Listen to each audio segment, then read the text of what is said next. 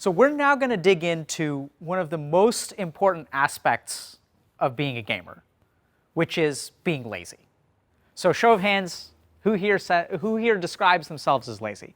So pretty much everyone, right? We're all lazy, and human beings are actually designed to be lazy.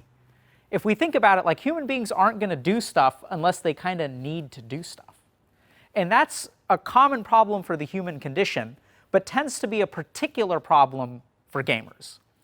When I talk to gamers and I ask you guys, why is it that your roommate or your friend from high school is able to do things and you're not able to do things?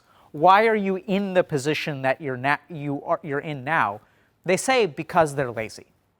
And so I think that that's actually a really dangerous train of thought, even if it's true, because there's nothing you can do about being lazy. Like, laziness is like a trait.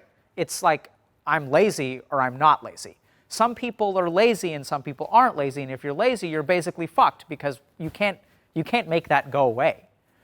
And so the first part of laziness that we're going to dig into is understanding a little bit about laziness, motivation, and willpower, and how these three things fit together.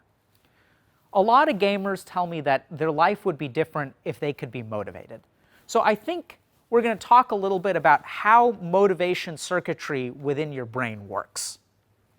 So the first thing to recognize is that willpower and motivation are completely different things. If you're motivated to do something, you actually don't need willpower to do it, right? Like, let's pause and think about this for a second. So I have an apple here, and this apple is hard to eat if I'm full. If I'm already full and I'm not hungry at all and I want to eat this apple, I actually have to use willpower to eat the apple because I don't feel like eating the apple. As time goes on, let's say that an hour from now I start to get a little bit hungrier, an hour later I start to get a little bit hungrier, 8 hours from now I'm pretty hungry, and then suddenly I don't need willpower to eat the apple anymore. I'm motivated to eat the apple because I'm now hungry.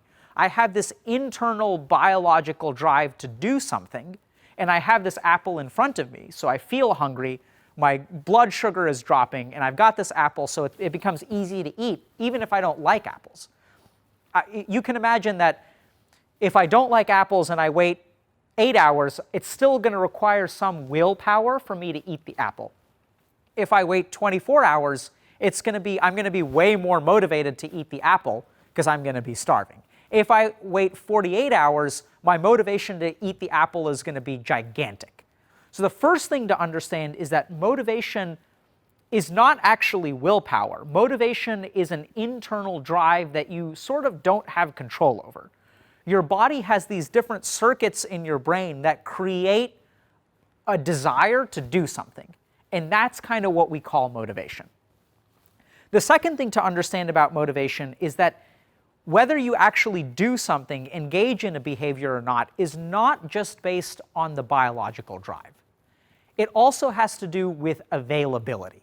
So if I'm starving, this apple is really easy to eat. But if I'm not very hungry, I still may eat an apple if you put it in front of me. So our ability to actually engage in a behavior actually depends on the availability of what's around us. So if I want to eat healthier, a simple thing that I can actually do is just keep healthy food around me and make it easy for me to eat healthy food. If I'm a lazy fucker like I am, and I just have like healthy food laying around, there's a greater chance that I'll eat it because since I'm lazy, I'm not going to leave the house to go pick up a hamburger when there's an apple right here. Actually, I probably will still do that. But the chances that I eat food that's healthy is going to be greater if it's around. So the first thing that we've got to kind of summarize here is that motivation is a combination of an internal drive and availability. And this sort of makes sense for you guys if you stop and think about it. Because one thing that a lot of gamers tell me is that it's easy for them to do something if they have an external pressure to do it. It's easy to study geometry if you have a test on Friday, but it's hard to study geometry after you've taken the test. And so if we think about that, that motivation to study comes from the environment. And that's kind of like having an apple available. a part of our motivation is actually based on our environment and what's available around us, and a part of it is based on our internal drive. So what does that mean for gamers? How do you create motivation? Well, you may not be able to do a whole lot, but we can talk a little bit about managing the internal drive. But one of the big things that I tell gamers is that a lot of motivation is based on your environment. So if you hang out with people who go to the gym 3 times a week, there's a much greater chance that you'll actually go to the gym. Your motivation will go to the gym will be increased by the kind of people that you spend time with. And so one of the biggest things to understand about your motivation, the first thing to understand, is that it's not willpower, and that it's actually based on a combination of internal drives and availability or environment. And so if you think about it that way, you can start to problem solve a little bit about, okay, what is it that I want to do? What do I want to change? Do I want to go to the gym more? Do I want to eat healthier? And then you can structure your environment to sort of prompt you to move in the direction that you want to go. So for example, if you want to eat healthier, go to the grocery store when you're not starving and buy some healthy food and keep it at home. Keep an apple on your desk next to your PC. And then when you feel a little bit hungry, it's easier to eat the apple. Make it easy for yourself to do the things that you want to do. If, for example, you want to go out to lunch, try to ask the buddy that you're going out to lunch with, hey, why don't we go to the gym first? We'll work out from 10:30 to 11:30 and then grab lunch afterward.